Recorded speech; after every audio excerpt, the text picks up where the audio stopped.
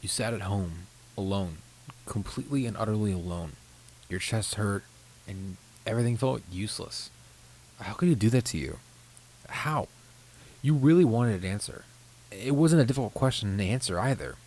Or you didn't feel like it should be a difficult question. Why didn't he believe you? Why did he turn his back on you? Those are the questions you really wanted answers to. The two questions that hurt the most because there were no answers given. Nothing.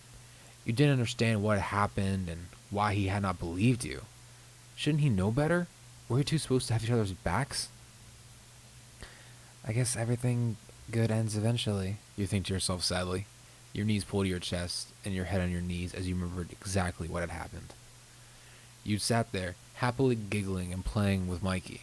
He was one of the more fun brothers, since Raphael always got annoyed by you, Donnie talked too smart for you, and Leo, well, Leo was too serious sometimes.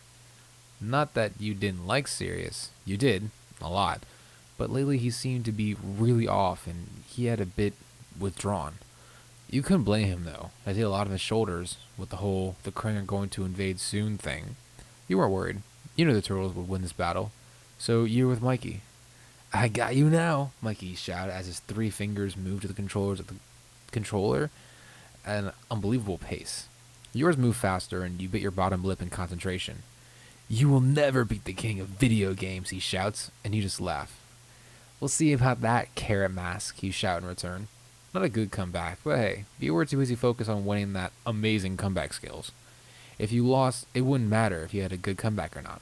Suddenly, the TV turned off, and you and Mikey both looked up only to see an unhappy, angry Leonardo.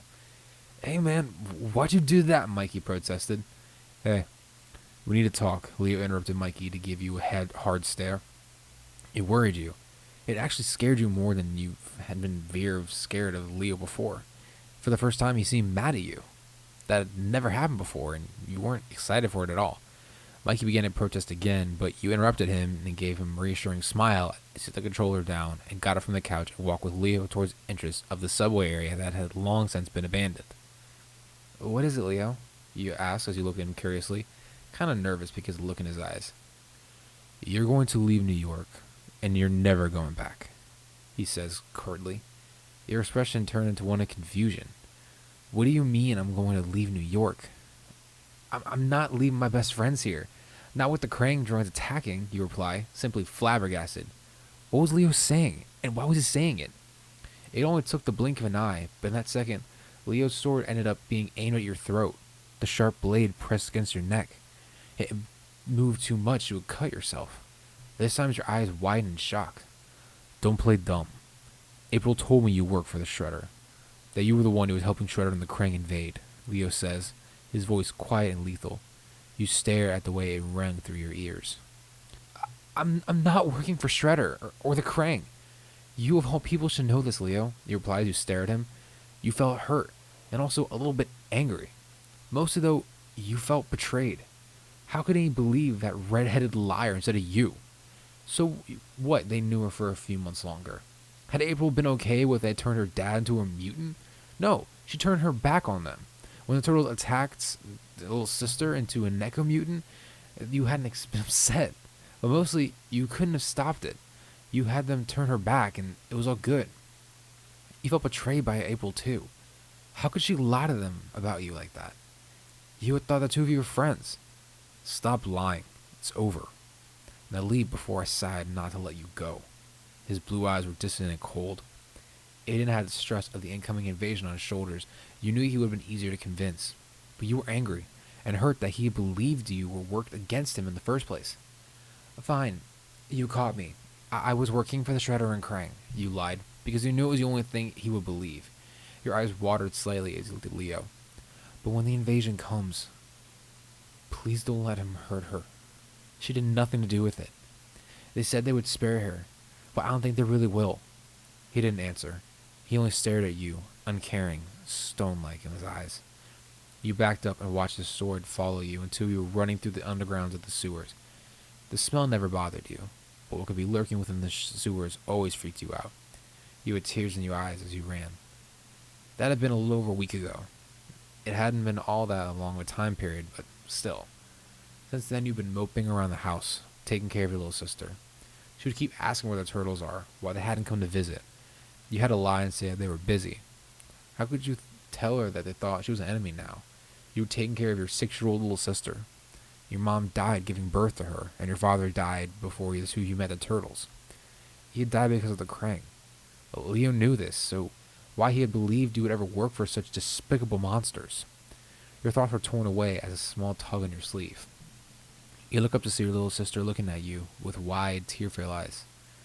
Sissy, you're crying. What's wrong? Her own bottom lip was trembling. You quickly wiped the tears away, and you smiled at your baby sister softly. I'm alright. I was just sad because I forgot to give you a birthday present. You tell her and smile. Oh, it's okay. As long as I have my sissy, I'll be happy, she says and giggles, hugging you. You smile and hug her back. You get to your feet and walk towards the kitchen with her following.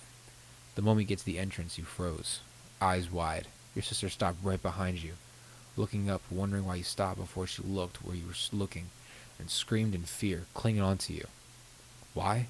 Because right in front of you was Karai, Fishface, and Razor.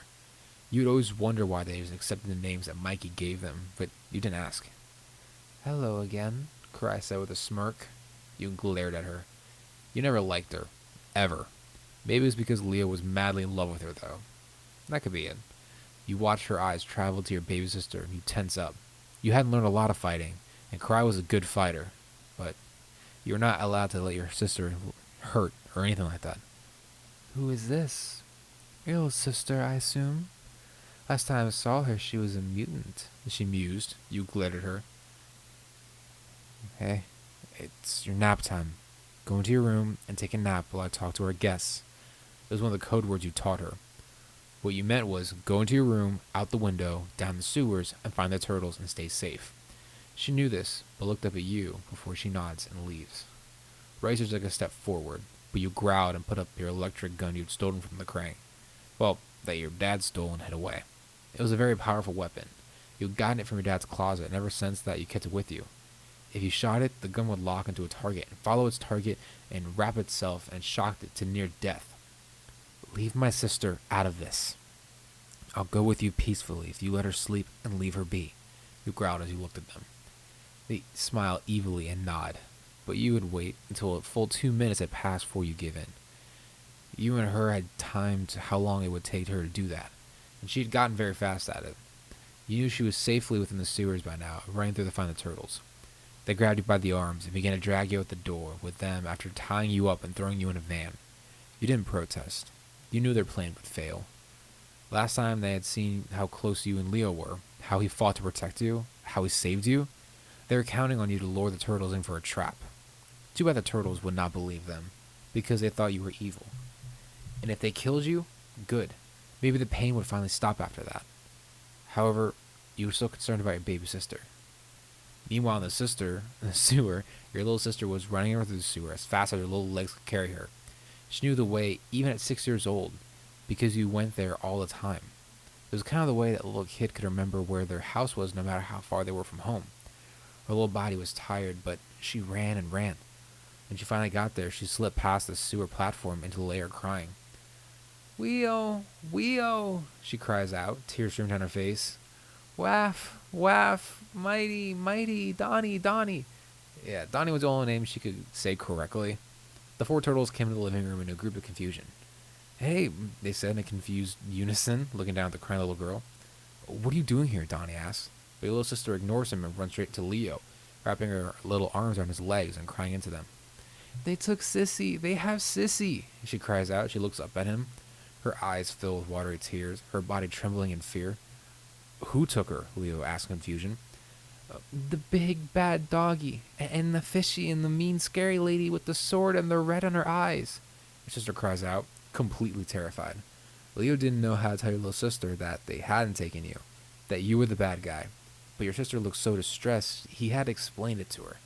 When he did, the reaction she got could rival Raph's anger. No, you're a liar. Sissy would never do that, she screamed out so loud that Master Splinter walked in, completely surprised to see your little sister here, without you. He knew you would never leave your sister alone or let her go to the turtles on her own. Even when you came here, you and your sister wasn't here with you. She was with April or Casey. What's going on here? Master Splinter asked. Your baby sister looked up at Master Splinter and cried some more. They took Sissy, and Weo said Sissy is bad, but Sissy isn't bad, she cries, the pain in her eyes and her little trembling body. April is a liar, she cries out, and Donnie goes to defend April, but Master Splinter gives him a look, and he stops himself. The little girl sat down, looking down and sniffling. I know Sissy is good. She wouldn't never help the scary aliens that killed Daddy. She wouldn't help Shweta either, because he was the reason I turned into a scary kitty. Your sister glared at Leo and only Leo. And she wouldn't help them because Sissy loves you. She told me so. She pouts and crosses her arms, looking up at a surprised Leo. He blushed a little, but looked away. She told me she was helping them, Leo says, but he sounds a little unsure. Your sister noticed and came to push. Then Sissy lied, she says. April said she saw her last night with the Krang, Donnie puts in, and Raph nods. No, she wasn't. Sissy was at home with me. She was in her room crying. She's been in there since last week. I don't like seeing Sissy sad, she says and wipes her eyes. Master Splinter strokes his goatee and nods his head a little, as if putting some pieces together. We must rescue her, he concludes. The boys start to protest, but they stick to the Master's look. This little sister gets happy and smiles, hugging everyone happily before going off to watch Space Heroes. They were too late. They fought hard to get to you, even if they didn't want to. When they finally got to you, you were tied up and hanging from the ceiling. Leo carelessly cut you down, and Raph nicked your hands when he cut the ropes around your wrists. You were terrified. Please, don't hurt me, you whimpered, backing away from the 4 mutant turtles. The fear ate away at you. They were monsters. You knew they were upset with you, but letting Karai kidnap you and beating you up themselves, that was a whole new type of harsh. Your body was beaten and bruised, and your beautiful eyes only held fear. The turtles looked at you in confusion. We're here to save you, Mikey says cluelessly. He was one of the only ones who never doubted your loyalty to them. He had stopped defending you, though, because his brothers would always beat him up for even bringing up your name. She's not going anywhere with you. We got bored waiting for you to get here, so we had a little fun, Karai says as she walks out of the shadows with what looked like you beside her. Then the image of you flickered and had suddenly turned into Leo. Leonardo's eyes widened. He felt his heart clench. So you've been telling the truth. You weren't helping them. They had a shapeshifter mutant who was looking like you when April saw them. So she thought it was you. How stupid were they? God. Then why did she say she was helping them? Leo wondered as he looked at your beaten body. A wave of guilt crashed over him as he remembered what your sister said about you loving him. How could he have let this happen to you? Why hadn't he believed her? He knew exactly why. He was so worried about the Krang invasion that it had been too easy to believe that anyone was an enemy. But you, especially you, how could he not have seen someone like that? He knew about your dad and your sister, yet he still believed that you would work for such monsters. Leo was beginning to ponder who the real monsters were. That wasn't us. I promise. We're here to save you, Leo says as he walks over to you with his sword in his holsters, his hands held out. You whimpered and tried to scurry away from him, and pain filled his blue eyes. Please stop, your voice cracked, and Leo felt his heart ache at the sound. It hurts. Leo was stopped by Karai, and he ended up fighting her. For a while, he hadn't hoped that she would be good, but after seeing what she would let him do to you, he was mad. Very mad.